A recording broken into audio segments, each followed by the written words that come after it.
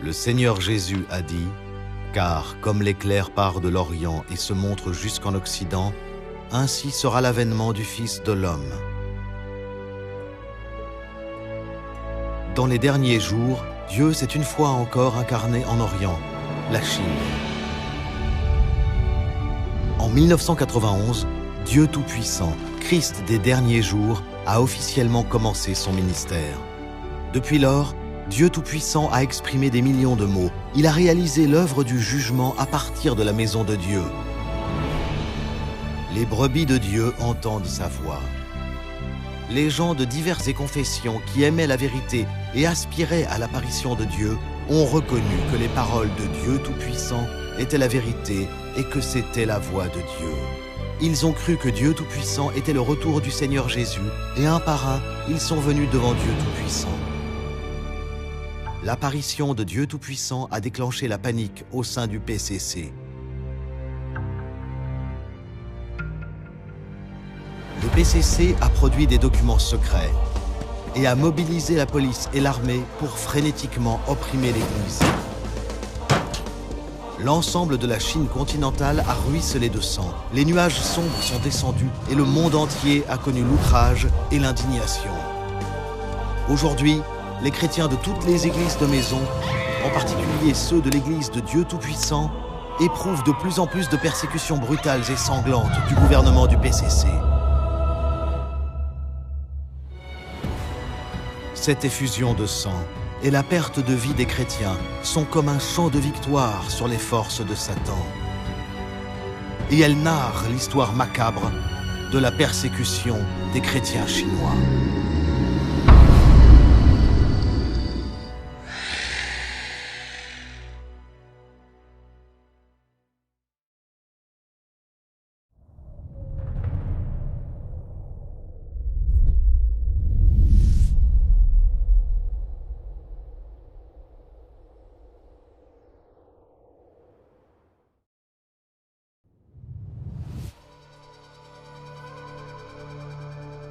Ce jour du début de l'été, le 22 juin 2013, à Dalian, était nuageux et morose. Un parfum étrange d'anxiété et d'agitation flottait dans l'air, matiné d'une touche de tension. Ce jour-là, la police chinoise réalisa une série d'arrestations coordonnées à l'échelle nationale de membres de l'Église de Dieu Tout-Puissant. Un grand nombre de dirigeants de l'Église et de chrétiens furent arrêtés et une énorme somme d'argent fut saisie dans les coffres de l'Église. Chen Wenzhong, un chrétien de l'Église de Dieu Tout-Puissant, s'apprêtait à partir à l'étranger. Il fut également arrêté. L'opération impliquait de nombreux policiers issus de différents services qui ne se connaissaient pas tous. C'est pourquoi, lorsqu'ils virent Chen Wenzhong habillé en treillis militaire, ils le prirent pour l'un des leurs. Alors que la police interrogeait d'autres chrétiens, Chen Wenzhong profita de cette occasion pour s'échapper.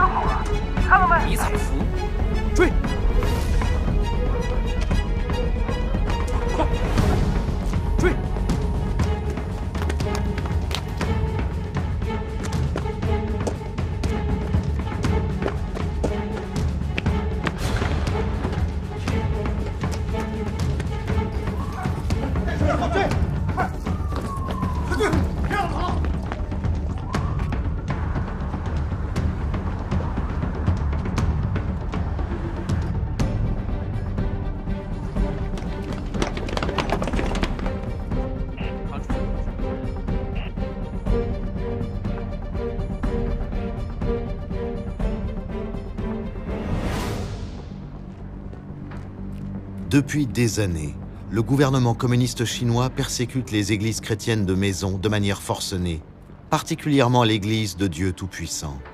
Chen Wenzhong occupait un poste très important au sein de l'église et était donc à ce titre particulièrement recherché par la police chinoise. Il était en cavale depuis plus de 10 ans et risquait à tout moment d'être emprisonné ou même de perdre la vie. Il s'était retrouvé contraint de fuir la Chine pour échapper à ses persécutions.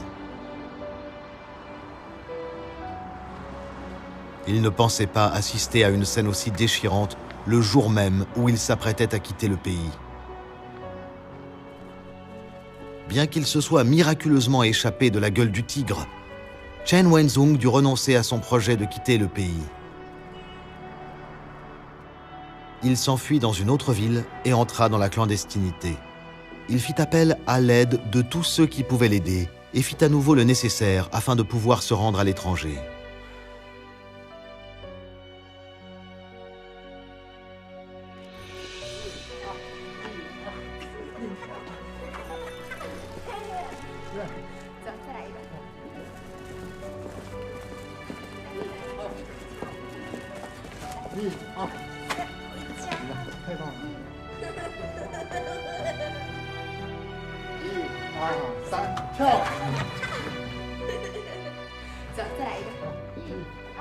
La vision de cette famille heureuse éveilla en lui de nombreux sentiments. Il ne pouvait pas s'empêcher de penser au fait qu'il avait lui aussi eu un foyer heureux et merveilleux.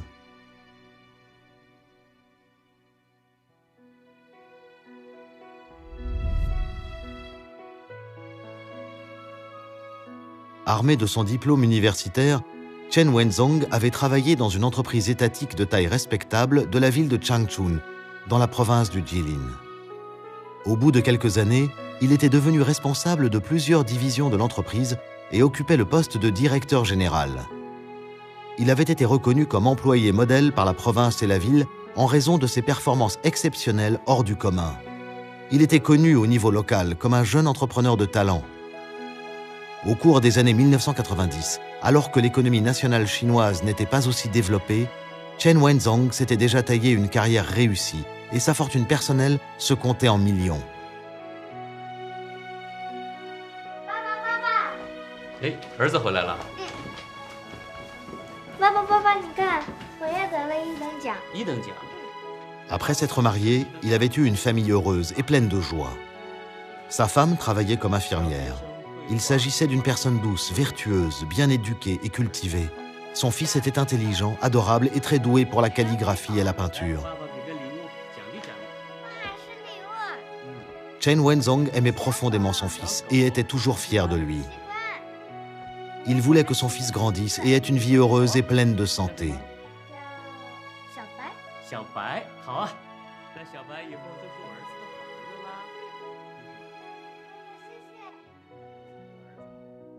La famille de Chen Wenzhong croyait au Seigneur.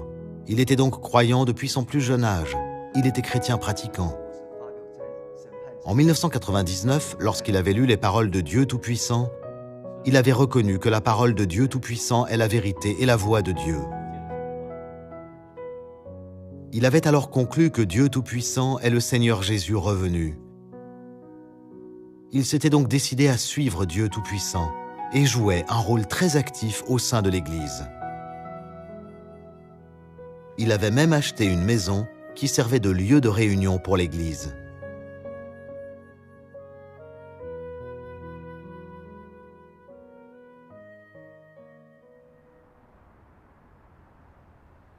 En juillet 2002, la police de Changchun avait obtenu des renseignements sur certains des dirigeants de l'Église grâce à ses opérations de surveillance et les avait arrêtés. 2 dirigeants de l'Église qui vivaient dans la maison de Chen Wenzhong avaient été arrêtés et il avait également été inscrit sur la liste noire du gouvernement du PCC. Puisque Chen Wenzhong occupait un poste très important et avait de nombreuses responsabilités au sein de l'Église, la police avait tenté de l'arrêter lui aussi et de lui extirper des renseignements sur les dirigeants et les finances de l'Église. Ayant appris cela, il avait compris que la situation était très sérieuse et s'était empressé de demander à des amis d'obtenir davantage d'informations.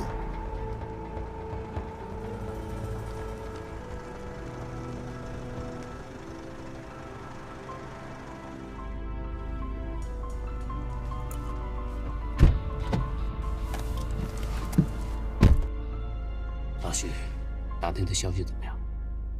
小陈啊，你这次麻烦大了。你们的案子中央亲自督办，省里市里都插不上手。 Chen Wenzhong avait appris de son ami policier que son dossier était géré conjointement par le bureau 610 et le ministère de la Sécurité publique. Le bureau 610 était surnommé les gardes impériaux de Jiang Zemin et le service de renseignement de Zhongganhai. On imagine aisément ce que cela signifie d'être placé sur une liste noire par le bureau 610 et le ministère de la Sécurité de l'État. 我知道了。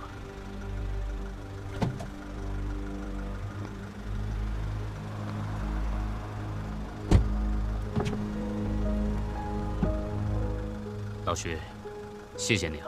以后有什么事儿，我再给你打电话。哎，这段时间千万别给我打电话。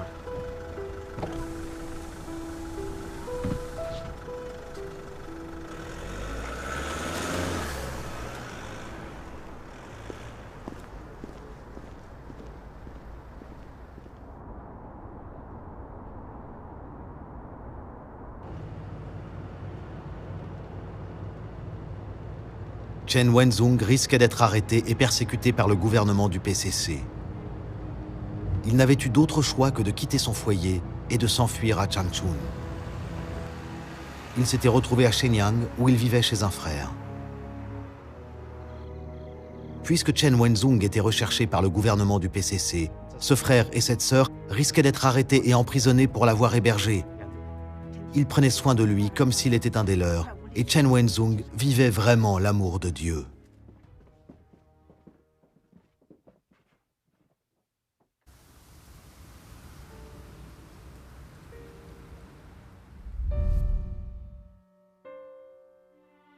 La lueur de la lune qui brillait par la fenêtre, glaciale et désolée, rendait la nuit encore plus solitaire, encore plus désolée.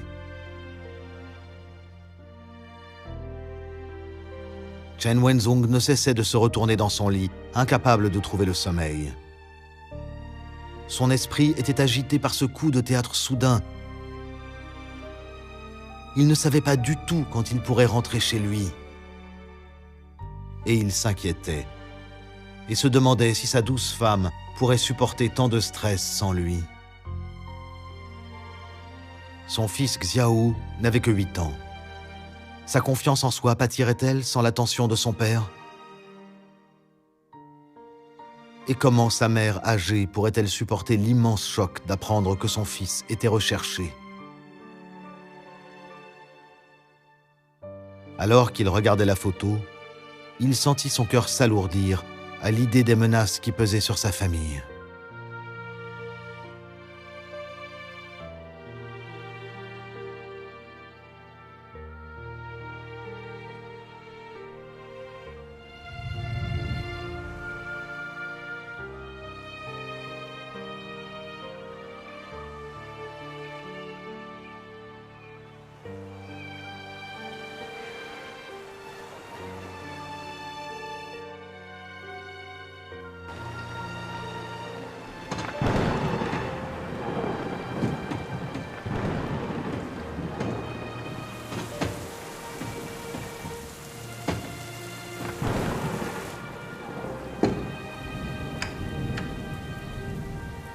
Le clapotis de la pluie contre la fenêtre tira Chen Wenzhong de sa belle rêverie.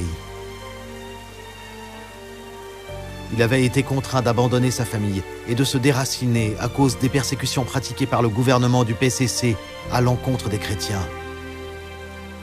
En moins de temps qu'il n'en faut pour le dire, lui qui était admiré de tous, un entrepreneur auquel s'offrait une infinité de possibilités, était devenu un homme recherché. En songeant au sort qui était le sien, Chen Wenzhong fut envahi par un sentiment d'indignation et de haine.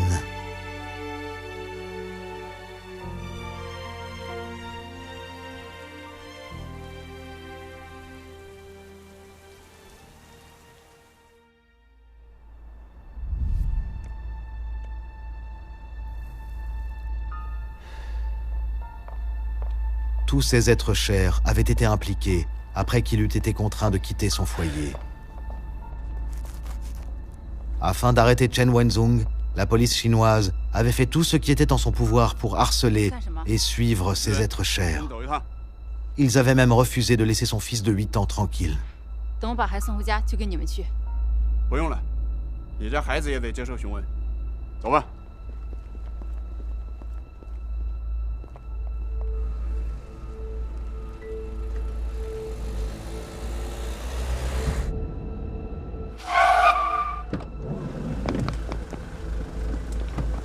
En septembre 2002, le beau-frère de Chen Wenzhong utilisa la voiture de Chen pour se rendre à son travail et il fut arrêté par la police et soumis à un tabassage en règle. La police confisqua même la voiture de Chen Wenzhong et s'empara de tous les objets de valeur qui se trouvaient chez eux.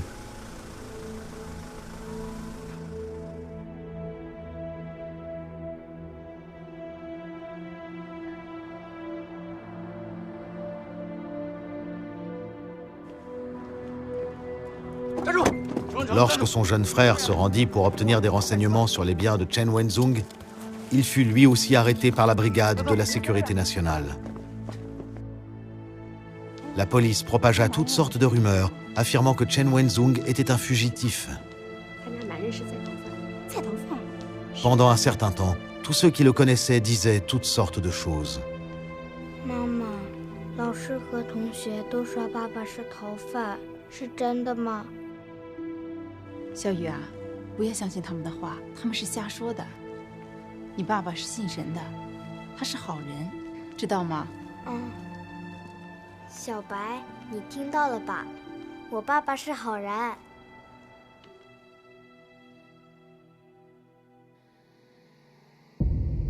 Les policiers ne cessaient de rôder, tels des fantômes, et apparaissaient souvent devant Xiaoyu. C'était pour lui une expérience terrifiante et stressante. Il devint de plus en plus angoissé, et il avait constamment peur d'être enlevé par la police et de ne plus jamais revoir ses parents.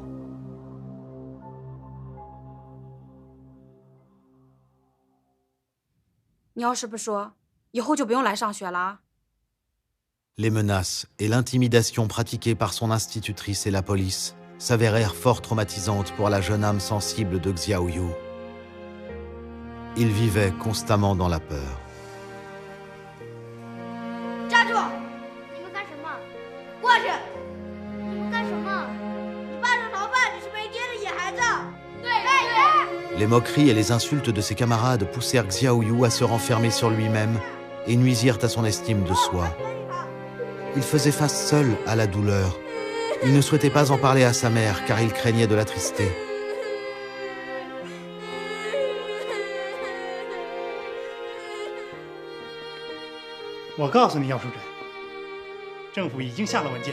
La police menaçait souvent Yao Chuzhen, en lui disant que si elle ne dévoilait pas où se trouvait son mari, il la ferait renvoyer. Et que son enfant ne pourrait même pas aller à l'école.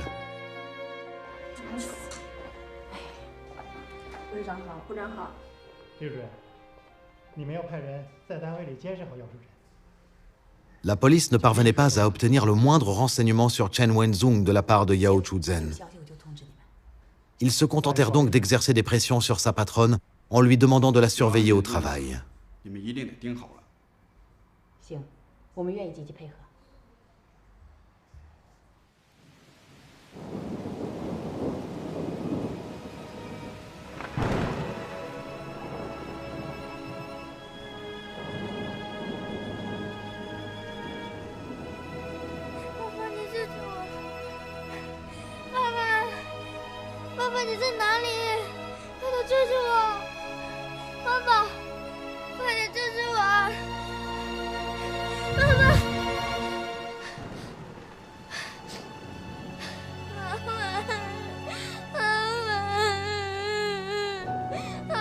Année après année, ils continuèrent à surveiller et à convoquer Yao Chuzhen et son fils. Mais leurs persécutions devinrent de plus en plus fréquentes et leurs méthodes encore plus sinistres. Le jeune Xiaoyu ne parvenait pas à supporter leurs menaces ouvertes et leur intimidation éhontée.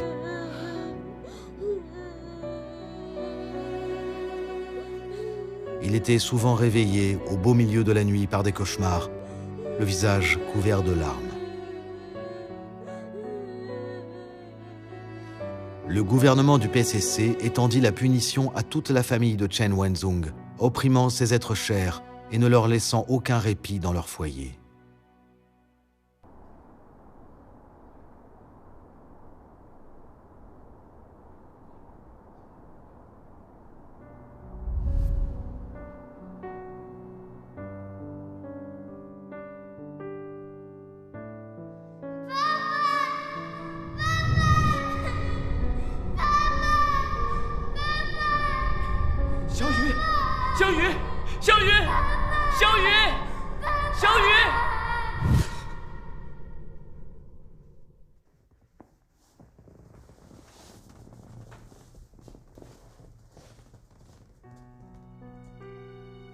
Puisque le PCC surveillait leurs conversations téléphoniques, Chen Wenzhong n'osait jamais appeler chez lui, car il craignait de dévoiler où il se trouvait. Mais il était tourmenté par la situation de sa famille, et il était très préoccupé par leur sécurité. Il souhaitait savoir comment ils allaient, et parcourut donc une grande distance pour les appeler. 苏珊，别哭，别哭啊！ 自从你走了以后，家里被抄了，妈因为担心你病倒了，小爷爷天天哭喊着要找你，你快回来吧！你不就是信神吗？人家那些死刑犯花的钱都能买出来，你这点事算什么呀？ Ce coup de fil, qui ne dura que quelques minutes, éveilla en Chen Wenzhong l'envie de retourner chez lui.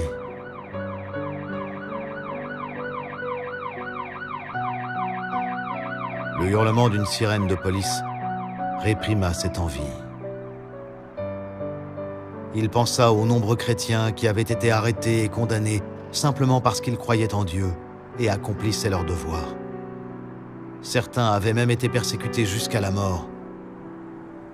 Il savait pertinemment que bien qu'un meurtrier puisse soudoyer les juges pour échapper à sa sentence, un chrétien recherché comme lui était considéré par l'État comme un criminel politique et qu'aucune somme d'argent ne serait suffisante pour le tirer d'affaire. S'il retournait auprès de sa famille, il se retrouverait encore plus embourbé. Il serait arrêté et attirerait encore plus d'ennuis à l'Église et à ses frères et sœurs.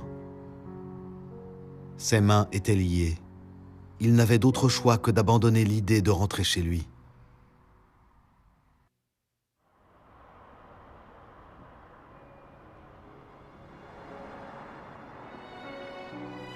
Pour éviter d'être surveillé et traqué par le gouvernement du PCC, Chen Wenzhong se rendit de Dalian à Anshan, puis à Fuqin et ailleurs.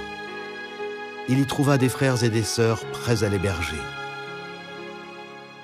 Alors que l'oppression des chrétiens par le gouvernement du PCC s'intensifiait, l'espoir qu'avait Chen Wenzhong de retourner un jour chez lui s'amenuisait.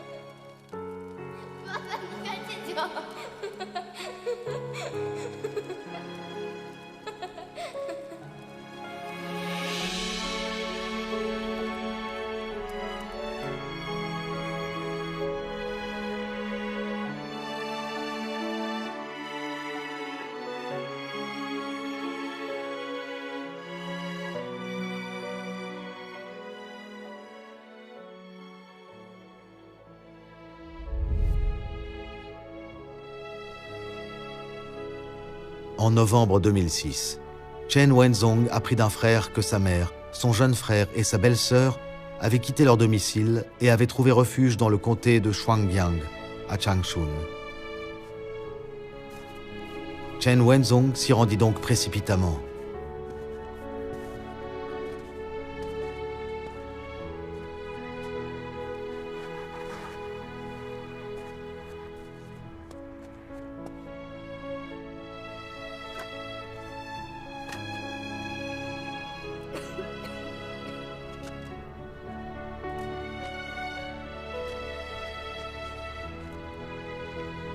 妈，妈，蒙住，妈，蒙住。 Il ne s'était pas vu depuis des années, et les cheveux de sa mère étaient devenus gris. Son visage était émacié. Elle avait considérablement vieilli. Elle avait l'air d'une toute autre personne. La douleur et la culpabilité emplirent le cœur de Chen Wenzhong.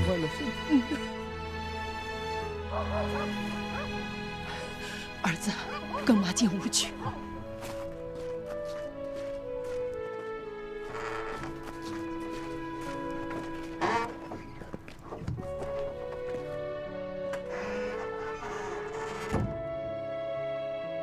Chen Wenzhong fut terriblement choqué par ce qu'il vit. Il n'aurait jamais pu imaginer que sa mère, qui n'avait jamais eu à se soucier de nourriture ou de vêtements, serait forcée de vivre dans un lieu aussi reculé à cause des persécutions du gouvernement, et que son existence deviendrait si difficile, si démunie. Chen Wenzhong sentit la tristesse l'envahir.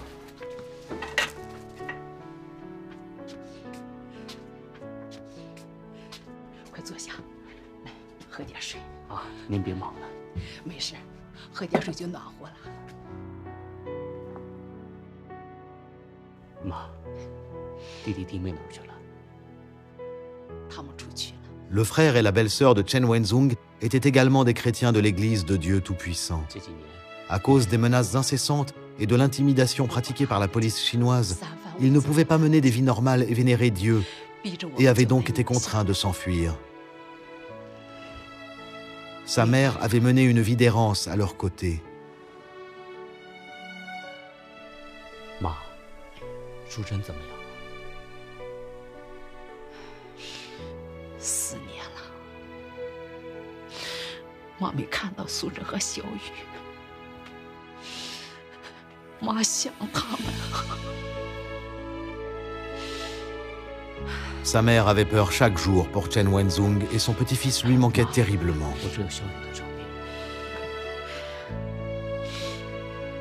Sa santé ne cessait d'empirer et elle était souffrante.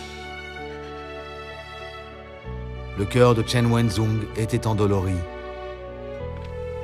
Il songeait à la mort de son père, survenue quand il n'avait que 16 ans.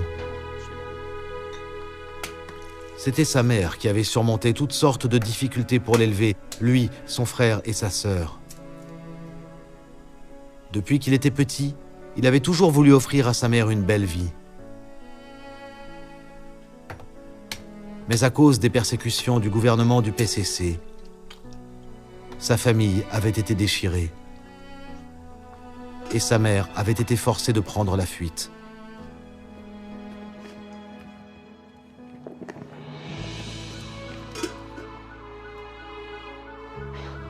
儿子，这里也不安全，你还是走吧。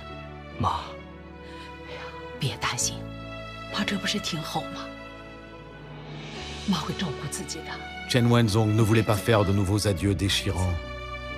Il voulait vraiment ignorer toute prudence et rester aux côtés de sa mère afin de pouvoir prendre soin d'elle.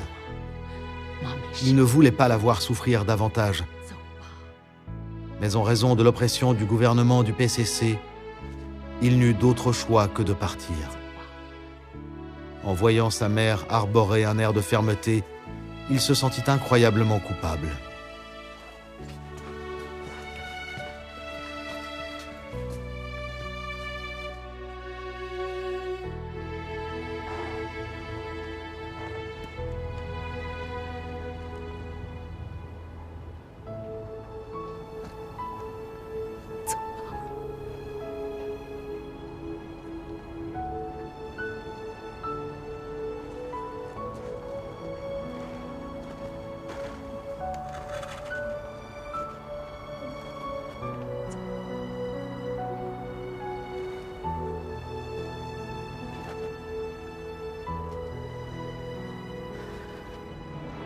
Sa mère se retrouvait dans une situation si misérable, et lui, son fils, était incapable de prendre soin d'elle. Le cœur de Chen Wenzhong souffrait tant qu'il avait l'impression qu'il allait suffoquer.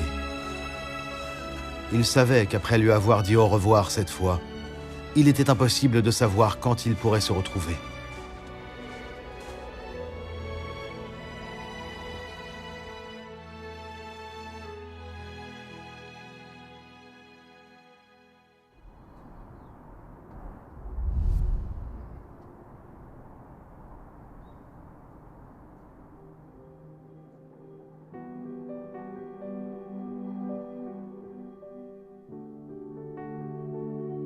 Durant ces nombreuses années passées dans la clandestinité, Chen Wenzhong avait continué de remplir son devoir.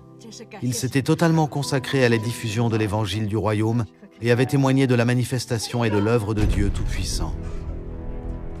Cependant, face à l'oppression de plus en plus féroce pratiquée par le gouvernement du PCC à l'encontre des chrétiens, Chen Wenzhong courait en permanence le risque d'être arrêté. Toutefois, grâce à l'encouragement des paroles de Dieu, sa foi et son adhésion aux paroles de Dieu ne s'étaient jamais affaiblies.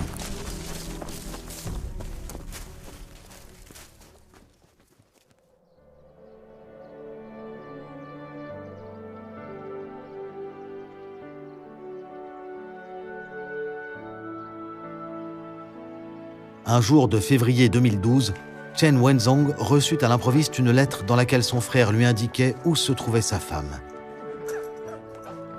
Il se dépêcha de retourner dans sa ville natale.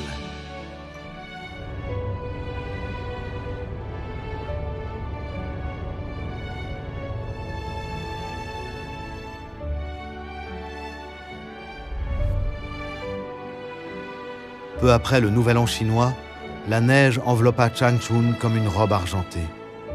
Le temps était glacial et venteux. Chen Wenzhong attendait anxieusement sa femme dans les bois à l'orée de la ville. Il ne l'avait pas vue depuis 10 ans. Malgré le froid mordant, le cœur de Chen Wenzhong était en feu et il pouvait à peine contenir son enthousiasme.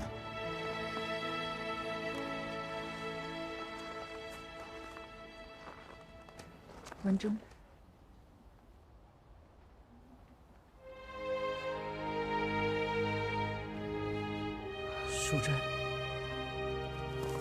Chen Wenzhong eut le plus grand mal à reconnaître sa femme. Celle qui était autrefois jeune et belle avait vieilli et semblait émaciée.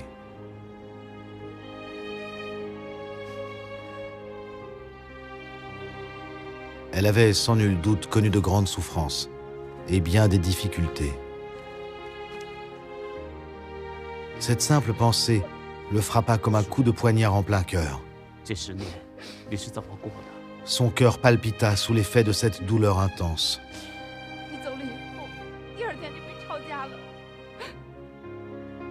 Le harcèlement de la famille de Chen Wenzhong par la police chinoise n'avait jamais cessé. Au début, la brigade de la sécurité nationale se rendait à son domicile tous les 3 à 5 jours. Ils emmenaient Yao au commissariat de police et l'interrogeaient sur sa situation. Ne pouvant plus supporter leur harcèlement, elle avait déménagé à plusieurs reprises. Mais il parvenait toujours à la retrouver et la forçait à venir pointer régulièrement au commissariat. En apprenant les tortures endurées par sa famille, Chen Wenzhong sentit son cœur saigner.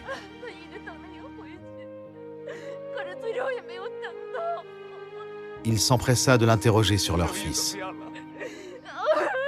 À la simple mention de leur fils, Yao Chuzhen éclata en sanglots. Elle était inconsolable.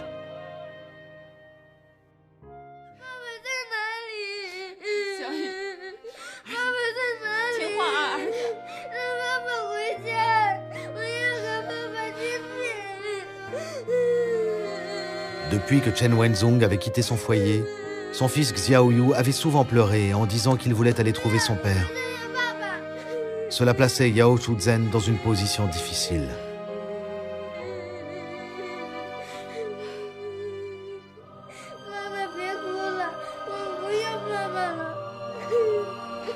Après avoir vu à quel point sa mère était abattue, il était devenu de plus en plus pensif et ne le mentionnait plus que très rarement en sa présence.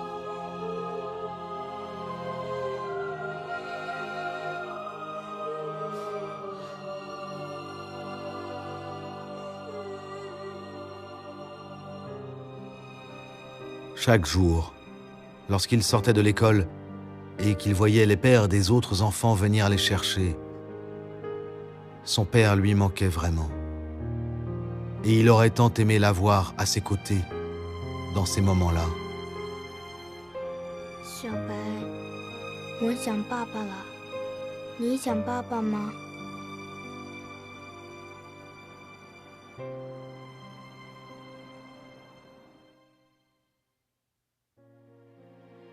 Durant ces 4 années, Xiao Yu avait non seulement vécu la douleur liée à l'absence de son père, mais il avait également subi les menaces et l'intimidation de la police démoniaque. Même un adulte ne peut pas faire face à ce type de stress psychologique. Comment un enfant le pourrait-il? 收拾！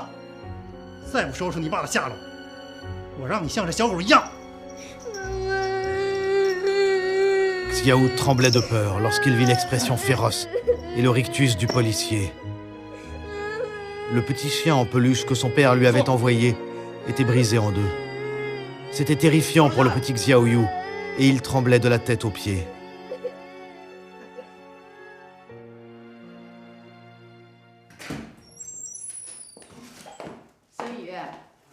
Un jour d'octobre 2006, Yao Chuzhen ne trouva pas son fils lorsqu'elle alla le chercher après l'école.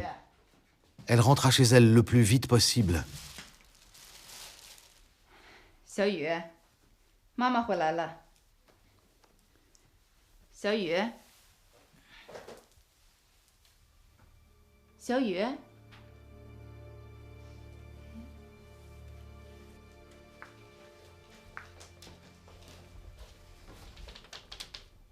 小雨。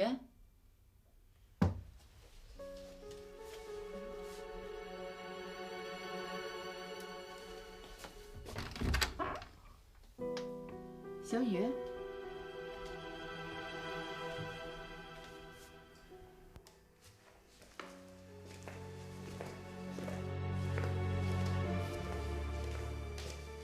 小雨，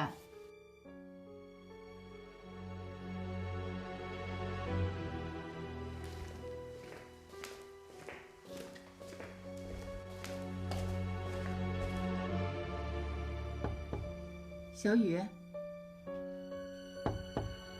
小雨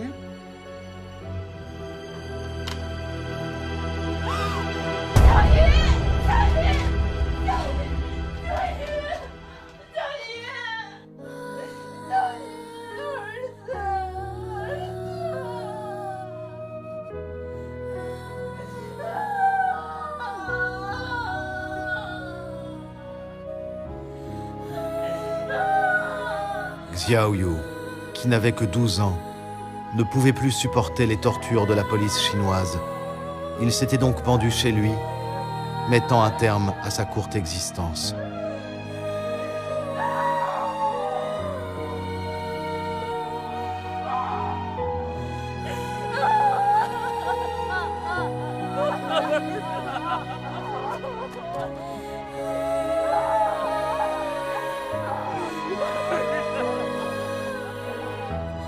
La nouvelle de la mort de son fils fut un coup terrible pour Chen Wenzhong. Il sentit la douleur envahir ses os. Il se sentit totalement submergé par la douleur.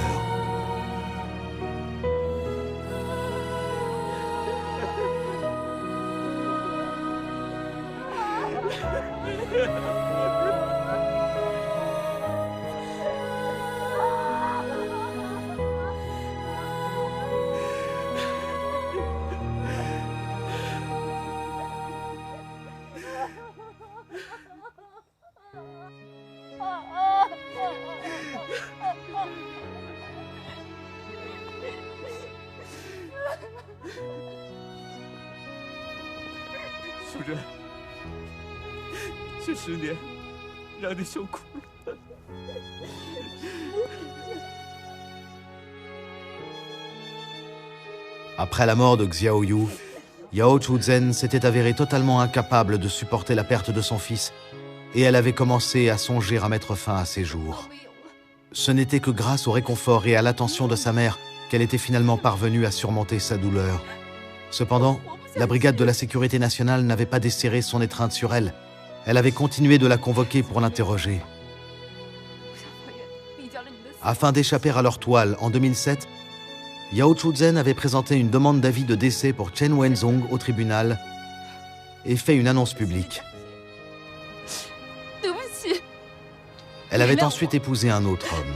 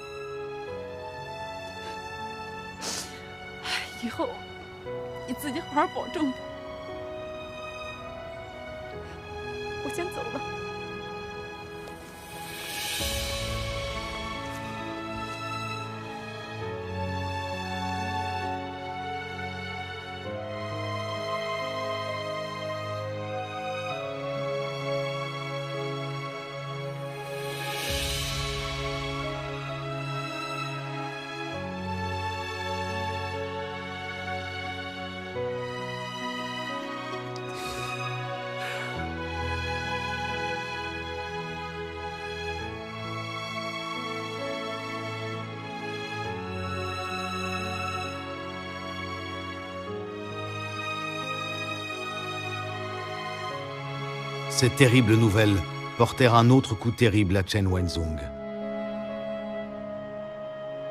Il en eut le cœur brisé, dévasté. Il était hébété et n'arrivait même plus à se souvenir comment il avait quitté les bois.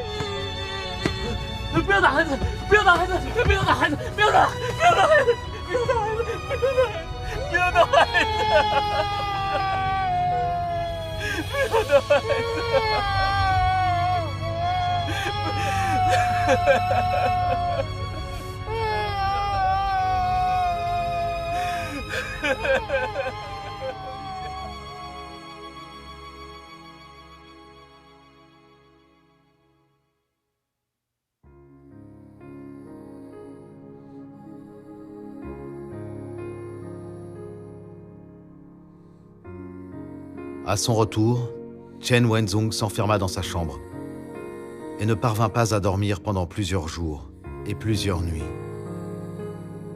Il était hanté par la vision du doux visage de son fils quand il était petit. Il pensait à son visage lorsqu'il chantait, lorsqu'il dessinait et lorsque son fils jouait avec lui. Il aurait tant aimé que son fils soit vivant, l'entendre l'appeler papa.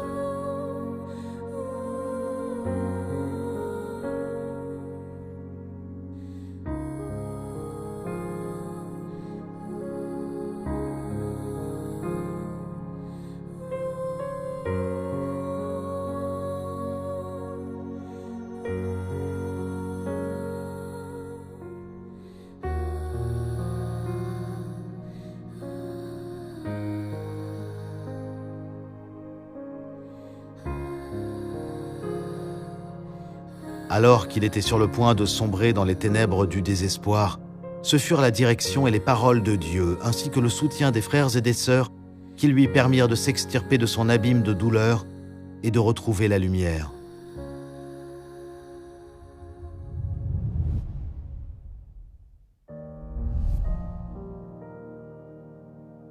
En repensant à plus d'une décennie de vagabondage, à sa vie de fugitif, ainsi qu'aux souffrances qu'avait endurées sa famille, Chen Wenzhong fut submergé par l'émotion. Il n'avait fait que croire en Dieu, remplir son devoir, suivre Dieu et emprunter le bon chemin dans la vie. Cependant, le gouvernement du PCC l'avait contraint à quitter sa femme et son enfant et avait détruit sa famille. Il avait subi de plein fouet les difficultés qui s'abattent sur les croyants en Chine et avait clairement vu la réalité du combat mené par le gouvernement du PCC contre toute forme de justice et de son total mépris pour les droits de l'homme. Il en retirait également la certitude absolue que sans la foi et la force qui lui avaient été données par Dieu, il n'aurait pas pu persévérer. et sans les bons soins et la protection de Dieu, il n'aurait pas pu échapper au danger, encore et encore.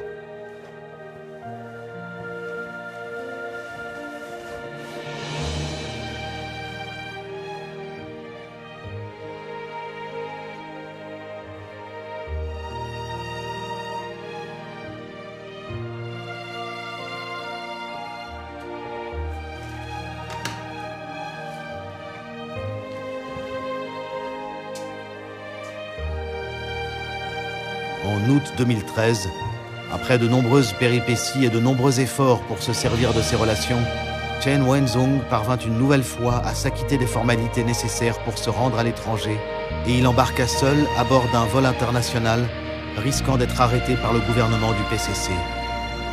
Il vit depuis en exil à l'étranger.